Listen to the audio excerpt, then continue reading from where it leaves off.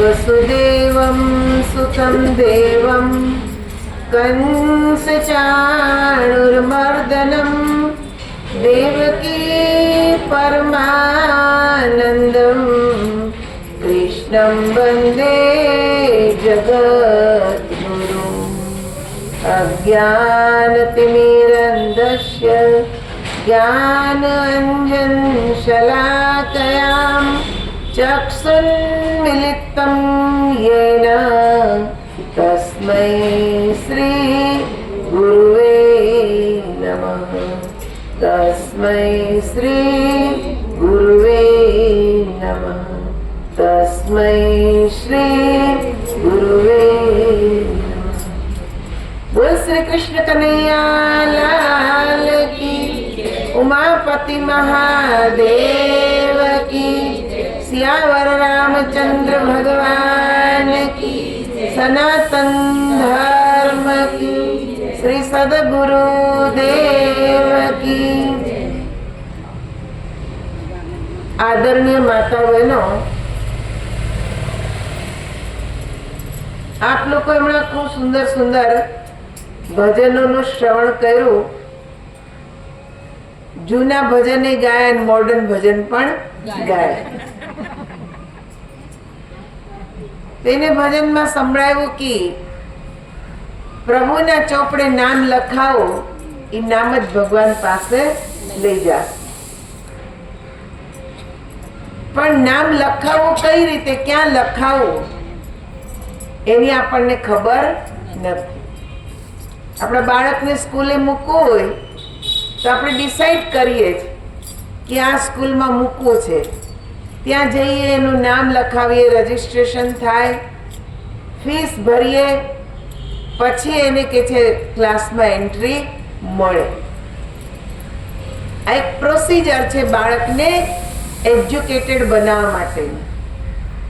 આપણે ભક્તિમાં એજ્યુકેટેડ થવું જ, એડમિશન લેવું જ, પણ આપણને હજી એ જ ખબર નથી કે ક્યાં એડમિશન લેવું, ક્યાં નામ લખાવું, એ જ ખબર નથી। બાકીની પ્રોસિજર તો પછી પહેલા એને જ જાણવાનું। જેમ એક પંડિતજી હતા ને, એક રાણીના મહેલમાં રોજ કથા કરવા જાય ને, કથા પૂરી થાય એટલે પંડિતજી એટલું જ બોલે કે રામનું નામ લ્યો, રામ બંધનમાંથી છોડાવે। એટલે ઓલો પોપટ જે પિંજરામાં હતો, એ પોપટ બોલે, પંડિત ખોટું બોલો છે। રોજનો આ ક્રમ, વારે વારે કથા પૂરી થઈને બોલે, પંડિત ખોટું બોલો છે।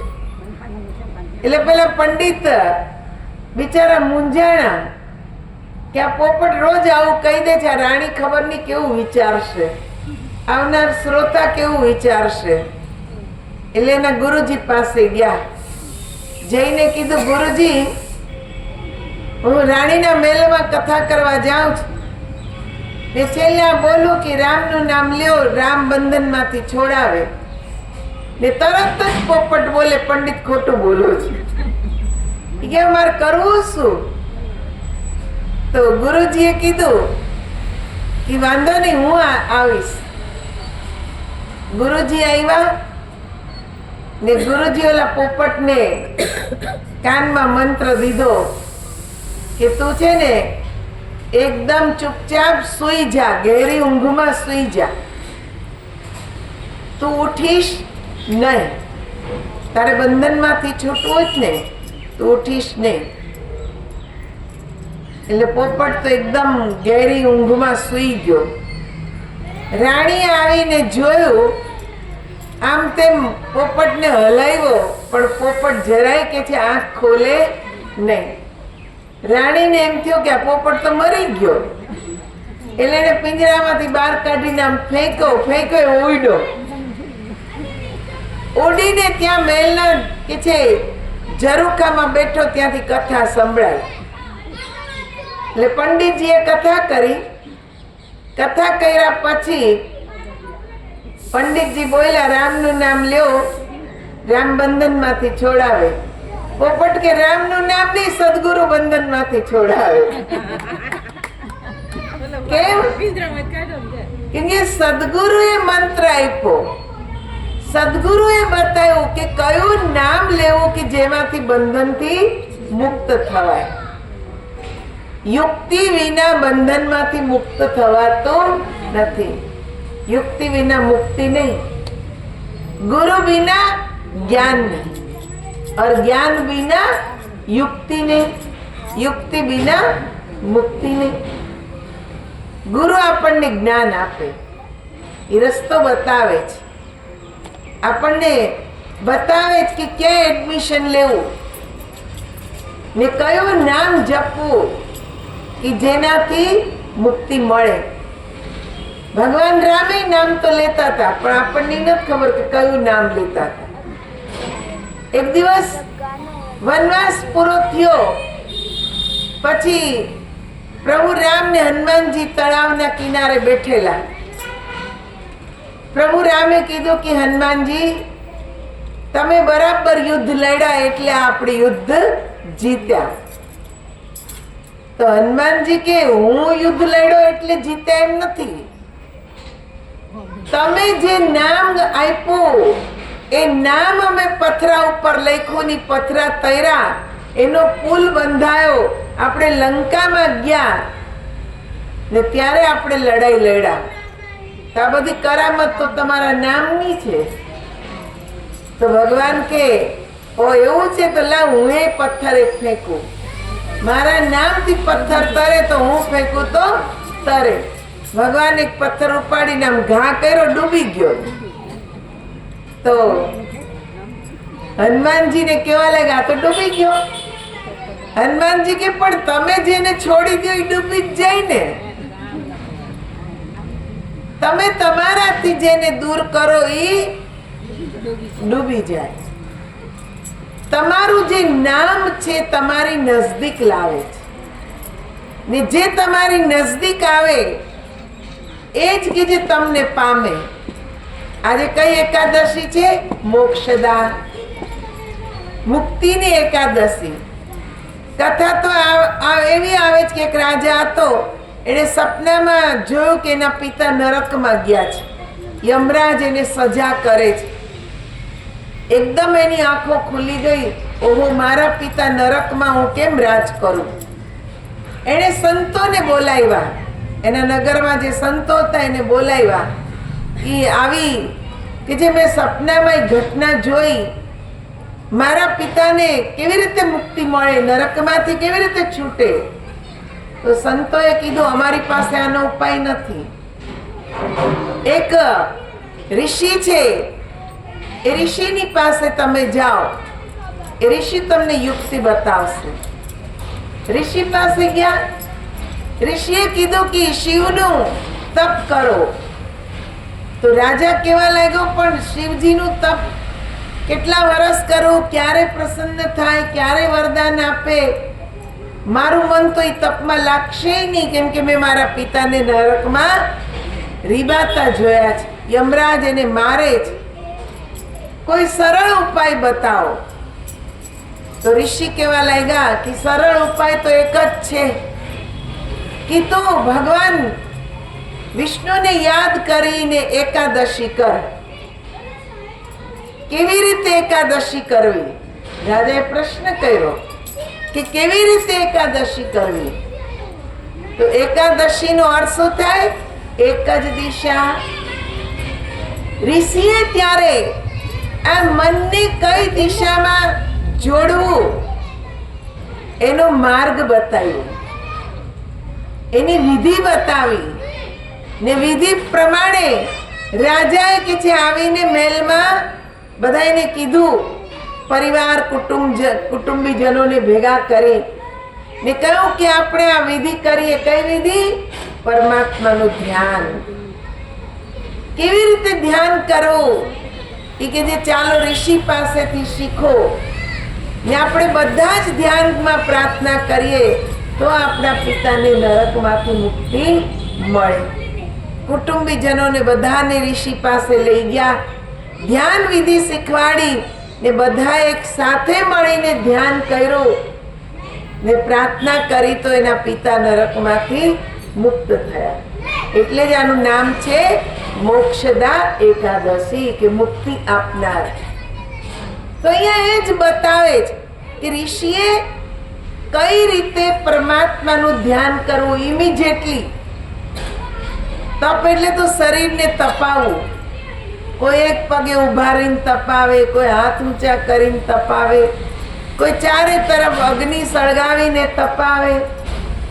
પણ કે જે સદગુરુ મળે તો સદગુરુ આપણને સરળ રસ્તો બતાવી દે કે તમે જ્યાં છો ત્યાં એકાંતમાં બેસી મનને પરમાત્મામાં જોડી દો. એ કઈ રીતે જોડવું એની વિધિ બતાવે છે. એ વિધિ શીખવા જ ગુરુ પાસે જવાની જરૂર છે.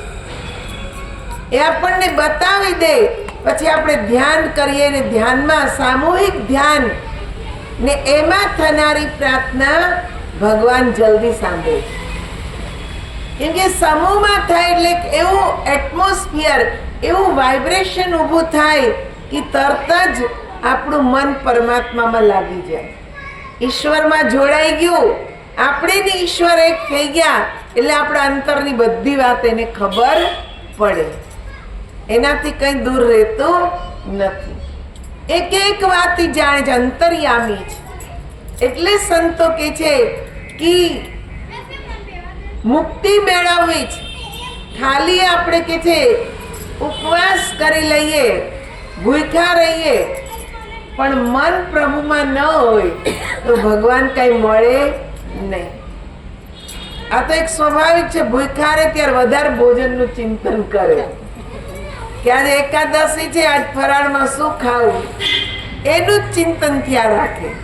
તો ભગવાનનું ચિંતન ક્યારે કરશો? ભગવાન એમ નથી કહેતા કે તમે ભૂખા મને યાદ કરો. ભૂખે ભજન ન હોય ગોપાલા, લે લે તેરી કંઠી માલા. ભૂખે કે જે ભગવાન ભજાતા નથી. ભલે તમે ખાઓ, થોડું ખાઓ, એક મન તૃપ્ત થઈ જાય કે આજ ખાઈ લીધું, પછી ભટકે નહીં. પછી આરામથી ભગવાનનું ભજન થાય, એનું ચિંતન થાય ને આપણે ઈશ્વરને પામી શકીએ. તો એક ભજન છે, આપ લોકો પણ બોલવાનો પ્રયત્ન કરશો. બોલ શ્રી કૃષ્ણ કનૈયા લાલ. જીવન જીવી જાણ્યો નથી તો જિંદગી શા કામની. જીવન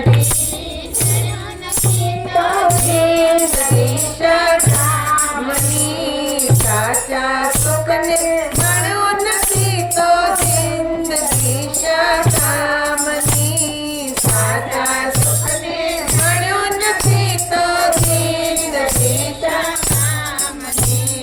જીવન જીવી જાણ્યો નથી તો જિંદગી શા કામની. જીવન જીવી જાણ્યો નથી તો જિંદગી શા કામની. હાથી ઘોડા મોટરું કોઈ પર પગ મૂકતો નથી. હાથી ઘોડા મોટરું કોઈ પર પગ મૂકતો નથી. એક દિન તારે વસની પલકી મોટરું શા કામની. એક દિન તારે વસની પલકી મોટરું શા કામની. જીવન જીવી જાણ્યો નથી તો જિંદગી શા કામની. જીવન જીવી જાણ્યો નથી તો જિંદગી શા કામની. સાચા સુખને માણ્યો નથી તો જિંદગી શા કામની. સાચા સુખને માણ્યો નથી તો જિંદગી શા કામની. સેજ પલંગ પર પોડતો ગાદી તકિયા રાખતો. સેજ પલંગ પર પોડતો ગાદી તકિયા રાખતો. એક દિન તારે ગોય પથારી સેજ પલંગ શા કામના. એક દિન તારે ગોય પથારી સેજ પલંગ શા કામના. જીવન જીવી જાણ્યો નથી તો જિંદગી શા કામની. જીવન જીવી જાણ્યો નથી તો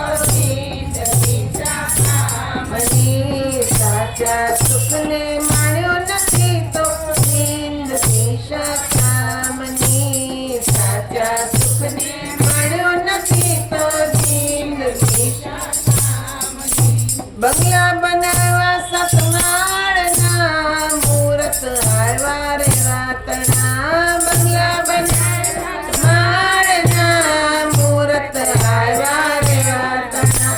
મુહૂર્ત પહેલા મરણ આવ્યા બંગલા શાકામના.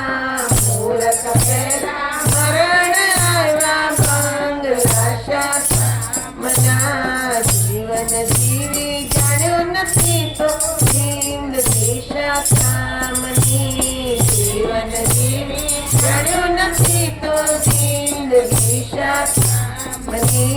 સાચા સુખને માણ્યું નથી તો જિંદગી શાકામની. સાચા સુખને માણ્યું નથી તો જિંદગી શાકામની. નોકર ચાકર રાખતો ચોકી કરે દિન રાતની. નોકર ચાકર રાખતો ચોકી કરે દિન રાતની. યમના દૂતો બાંધી ચાલા ચોકીઓ શાકામની.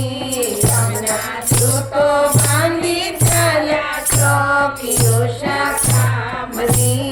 જીવન જીવી જાણ્યો નથી તો જિંદગી શાકામની. જીવન જીવી જાણ્યો નથી તો જિંદગી શાકામની. ભક્તિ કરો ભગવાનની, સેવા કરો સાધુ સંતની. ભક્તિ કરો ભગવાનની, સેવા કરો સાધુ સંતની. એ જ સૌની સાથે આવશે કોટી પંચાત શાકામની. એ જ સૌની સાથે આવશે કોટી પંચાત શાકામની.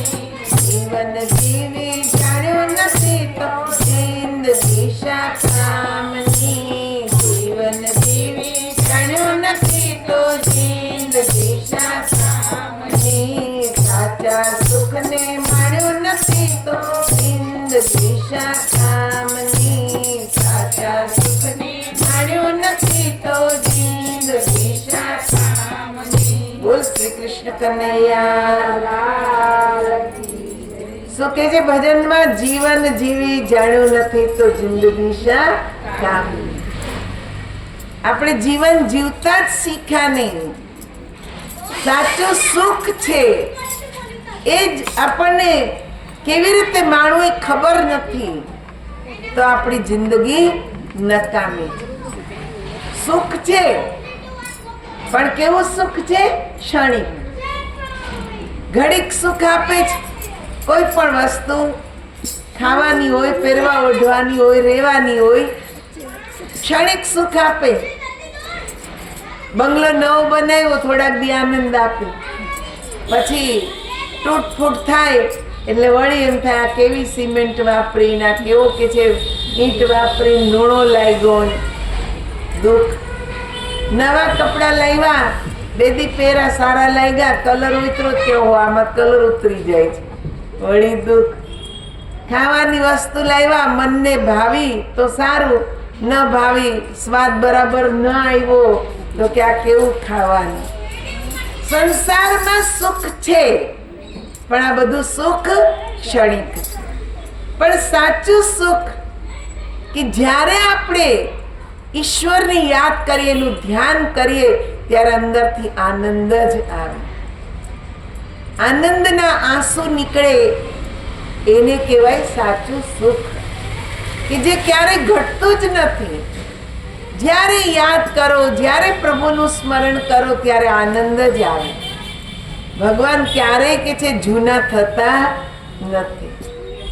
તમે જો ભગવાનના ભજનો જે આપણે ગાઈએ છીએ એ કેટલી વાર ગાઈએ તો આપણને એમાં આનંદ જ આવે. ક્યારે એમ લાગે છે કે આ ભજન બરાબર નથી, એમાં આનંદ જ આવે. કેમ? કે એમાં પ્રભુના ગુણ છુપાયેલા છે. પ્રભુનું નામ આનંદદાયી, એનું સ્વરૂપ આનંદદાયી, એટલે આપણને આનંદ મળે છે. એટલે એને જ માણવાનું કીધું. ભજનમાં શું કીધું? કે આપણી પાસે ઘણું સુખ હોય, હાથી હોય, મોટર હોય, ઘોડા હોય, પણ એ જ્યાં સુધી બરાબર ચાલે ત્યાં સુધી, પછી દુઃખ આપે. રેવા બંગલો બનાવ્યો, મુહૂર્તે કર્યું નહીં, એ પેલા મરણ આવી ગયું. શું કામનું? મન એમાં રહી જાય. વળી પાછી કે જે બીજી યોની શેની આવે? ઉંદરની. ને આપણા જ બનાવેલા ઘરમાં ઉંદર થઈને ફરીએ, પણ જે આનંદ લેવો જોઈએ મળે નહીં. તો સંતોએ કીધું કે 84 લાખ યોનીમાં આ સાંસારિક બધા સુખ છે, પણ પરમાત્માનું સુખ, પરમાત્માનો આનંદ કે છે આપણે લેવો હોય તો એના માટે કેવળ ને કેવળ ભગવાનની ભક્તિ છે. એ જો ભક્તિ કરીશું તો જ આપણો બેડો પાર થવાનો, નહીં તો થવાનો નથી. તમે જો જેનું મન ભક્તિમાં લીન થઈ જાય ને એની સ્થિતિ કેવી હોય. ચૈતન્ય મહાપ્રભુ હતા એ હંમેશા કૃષ્ણમય રહેતા. એમનું નામ હતું નિતાઈ, ને એમના એક મિત્ર હતા પંડિતજી. તો એક દિવસ ગંગા પાર કરી રહ્યા છે, તો ચૈતન્ય મહાપ્રભુએ એક ગ્રંથ લખેલો ન્યાય ઉપર, ને એ ચર્ચા કરતા કરતા એ ગ્રંથ ઉપર ચર્ચા થવા લાગી. તો એમનો જે મિત્ર છે એનું મોઢું થોડુંક વિલાઈ ગયું. એટલે નિતાઈ તો તરત ઓળખી ગયા કે આનું મોઢું પડી ગયું છે. એટલે એમણે કીધું, શું થયું તને, કેમ આમ દુઃખ થાય છે? તો કે પ્રભુ, મેં પણ એક ગ્રંથ લખ્યો છે, પણ આજે તમારો જે ગ્રંથ મેં સાંભળ્યો, એ ગ્રંથ સાંભળ્યા પછી મને એવું લાગે છે કે મારા ગ્રંથને કોઈ વાંચશે નહીં. તો મિતાએ કીધું, બસ આટલી જ વાત? તને એમ થઈ ગયું મારો ગ્રંથ કોઈ નહીં વાંચે? ઓહો, આમાં તે શું થઈ ગયું? એમ કરીને પોતાનો ગ્રંથ હતો એમાંથી પાના ફાડી ફાડી ને ગંગાજીમાં નાખવા લાગ્યા. બધાય પાના કે જે ફાડી નાખ્યા ને ગંગાજીમાં પધરાવી દીધા. નિતાઈ કેવા લાગ્યા કે હવે તને આનંદ થયો? આ એક ગ્રંથ જો તારા જીવનની ખુશી છીનવી લે તો એ ગ્રંથ જ નકામો. આપણે તો ખુશ રહેવાનું છે. કોઈ આ જગતના પદાર્થ આપણને દુખી કરે તે પદાર્થ જ નકામા. તો વિચાર કરો કે એનું મન કેટલું ઈશ્વરમાં લીન, કે એમણે એટલી મહેનત કરીને ગ્રંથ બનાવ્યો. એ ગ્રંથ લખ્યો છતાંય એક મિત્રની આત્માની ખુશી માટે એમણે ગ્રંથને ગંગાજીમાં પધરાવી દીધો. તો એ સમજે જ કે આત્માની ખુશી શ્રેષ્ઠ છે ને આત્માનો આનંદ બધાને મળવો જોઈએ. પોતે તો આનંદ લે જ, પણ મિત્રમાંય એ પરમાત્માને જુએ છે. આ મહાનતા છે ભક્તિની, કે આપણે ભક્તિ કરીએ પણ આપણે એકલા જ ખુશ થાય એમ નહીં, પણ આપણી ભક્તિ કરવાથી બધામાં જ ઈશ્વર દેખાય ને બધાને આપણે સુખ પહોંચાડીએ, ત્યારે આપણી ભક્તિ ફળે છે કે બધામાં એક જ ઈશ્વર છે. એમ માનીને એના સદગુણોને ગ્રહણ કરીએ. હાલાંકિ મનુષ્ય માત્ર ભૂલને પાત્ર છે. દરેક મનુષ્યમાં કોઈ અવગુણ છે તો કોઈ ગુણ પણ છે. ભગવાનને બંને આપેલા છે, પણ એક ભક્ત એ સામેના વ્યક્તિના ગુણને ગ્રહણ કરે છે, અવગુણને છોડી દે છે. જેમ જેમ આપણે ગુણ ગ્રહણ કરતા જઈએ એમ આપણું જીવન ગુણગ્રાહી બની જાય. દુર્ગુણ સામેના વ્યક્તિના જોઈએ તો આપણામાં દુર્ગુણ ક્યારે આવી જાય આપણને ખબર રહેતી નથી. હંમેશા તમે જુઓ કે આ મન છે ને એ નીચે પતનના માર્ગે જલ્દી જાય. આપણને કોઈ કીધું હોય કે આ કામ કરતા નહીં, આ બહુ ખરાબ છે, તો એ પહેલું જ આપણું મન ત્યાં જાય. જેમ એક ગુરુ હતા ને, એને એમના શિષ્યને કીધું કે કંચન, કામિની ને કીર્તિ આનો તું ત્યાગ કરજે. તારે જો આનંદ જ લેવો હોય ને આનંદમાં જ રહેવું હોય તો આ 3 વસ્તુનો તું ત્યાગ કરજે. એ કે સારું ગુરુદેવ. ત્યાગની વાત આવી ને, કંચન, કામિની ને કીર્તિ, આ ત્રણેયને ત્યાગવાની વાત કરે. હવે જેવો ગુરુ દરબારમાંથી નીકળે છે ને એ નગર ભણી જાય છે તો રસ્તામાં શું જુએ છે કે ખાડો હતો. તો એને મન થયું લાવો જોઉં તો શું છે અહીંયા. એને આમ ખાડામાં આમ જોયું તો સોના મોરનો ભરેલો ચરુ હતો. એ કે ઓહો આટલું બધું સોનું. એને ગુરુજીની વાત તો યાદ આવી કે કંચન, કામિની, કીર્તિનો ત્યાગ કરજે. પણ એમ કે આ મેં જાણી જોઈને થોડું સોનું લીધું છે, આ તો પડ્યું છે ને લીધું. જેવો કે જે ઘડો બહાર કાઢ્યો એટલામાં જ એ જે રાજાના સિપાઈ આવી ગયા કે તું જ ચોર છે. આ રાજ દરબારનું સોનું તે જ ચોરાયું, માટે તું ચાલ રાજમહેલમાં. રાજાની પાસે હાજર કર્યો ને એને જેલમાં પૂરી દીધો. હવે થોડાક દિવસ જેલમાં રાખ્યા પછી એને મુક્તિ મળી. મુક્તિ મળીને ત્યાંથી નીકળે છે તો થાકી બહુ ગયો હતો, કેમ કે જેલમાં સરખું ખાવા પીવાનું નહીં ને નગર ભણી જવાનું જ. એટલો થાક લાગ્યો. ત્યાં એક સુંદર મકાન જોયું. એને એમ થયું લાવ અહીંયા ઓટલે પડો રહો. એ જઈને ઓટલા ઉપર સૂતો. ત્યાં તો ઘરમાંથી જે દેવી નીકળ્યા એને કીધું ઓહો આ તો સંત મહાત્મા અહીંયા સૂતા છે. એને કીધું ચલો સંતને અહીંયા ન સુવાય, તમે મારા ઘરમાં ને ત્યાં આરામથી પલંગમાં પોટી જાઓ. વિચાર શું આવ્યો? કામિની. સંતે કીધું તું કામિનીનો ત્યાગ કરજે. ત્યાં તો કામિની સામે આવી. એને મારે તો આરામ જ કરવાનો છે ને અંદર જઈને શું. અંદર જઈને સૂતો. હવે એવો પલંગ કે જાણે રાત દિવસ બીજાના જ પડખા સેવા, કેમ કે વેશ્યા હતી એટલે એનું મન પણ ખરાબ થયું. ને એનું મન ખરાબ થયું એટલે એને એનું પોતાનું કે છે ચારિત્ર ગુમાવ્યું. કંચન, કામિની જેની ના પાડી તે બધું એને સ્વીકારી લીધું. ત્યાંથી છૂટો. હાલાકી એને કષ્ટ બહુ થયું કે આજે મેં બહુ ખોટું કામ કર્યું છે, કેમ કે વારંવાર એના ભજનમાં વિઘ્ન પડવા લાગ્યું. વારંવાર એના જ વિચારો આવવા લાગ્યા. વિઘ્ન પડ્યું પણ બહુ પ્રાયશ્ચિત કર્યું, ખૂબ રડ્યો ને એને અનજળનો ત્યાગ કરીને તપ કર્યું કે હવે તો આ એક જ રસ્તો છે કે હું અંજળ ત્યાગી દઉં. અંજળનો ત્યાગ કર્યો ને ખૂબ તપ કર્યું, ખૂબ તપ કર્યું.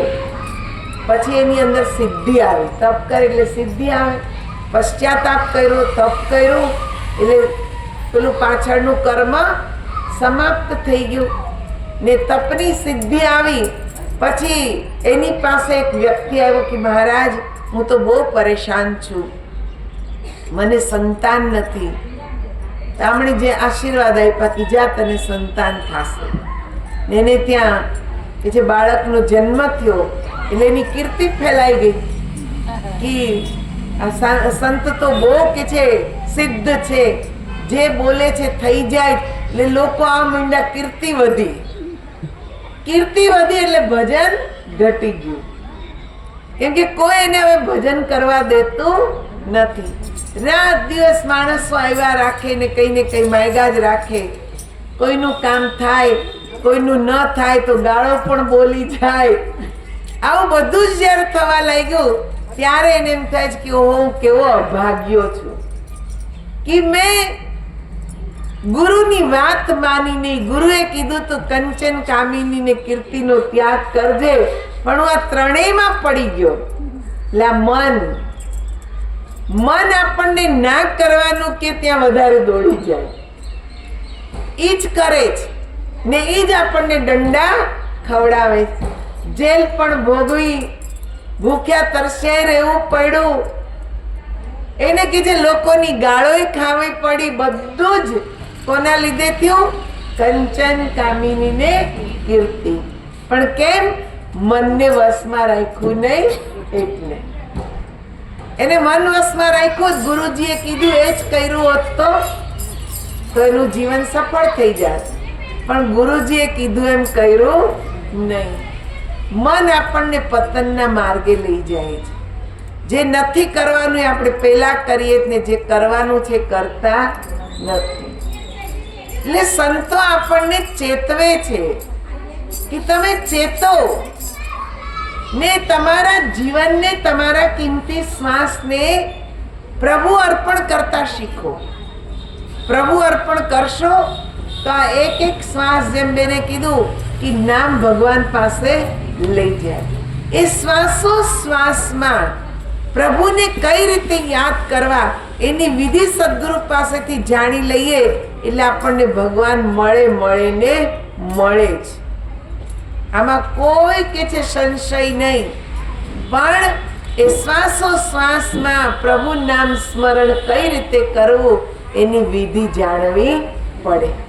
જો આ વિધિ સમજાઈ જાય તો આપણો ઉદ્ધાર થાય, નહીં તો થવાનો નથી. નહીં તો આ સંસારમાં આવ્યા ને ગયા. પશુ પક્ષી આવે ને આપણે આવ્યા.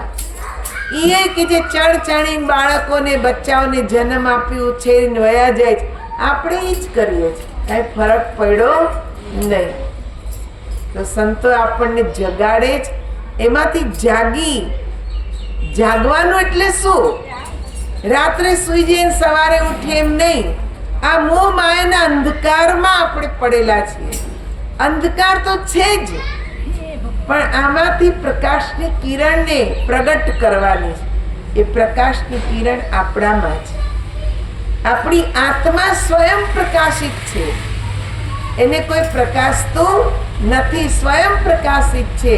એ આત્મામાં મન જોડીએ એટલે આપણું અજ્ઞાનતા રૂપી અંધારું દૂર થાય. પણ કેવી રીતે આત્માને જાણવો, કેવી રીતે એની ઓળખાણ કરવી, આ જાણવાનું છે. આને જાણવા માટે જ આ બધા વાર તહેવાર છે. દરેક એકાદશીનું કોઈને કોઈ એક નામ છે.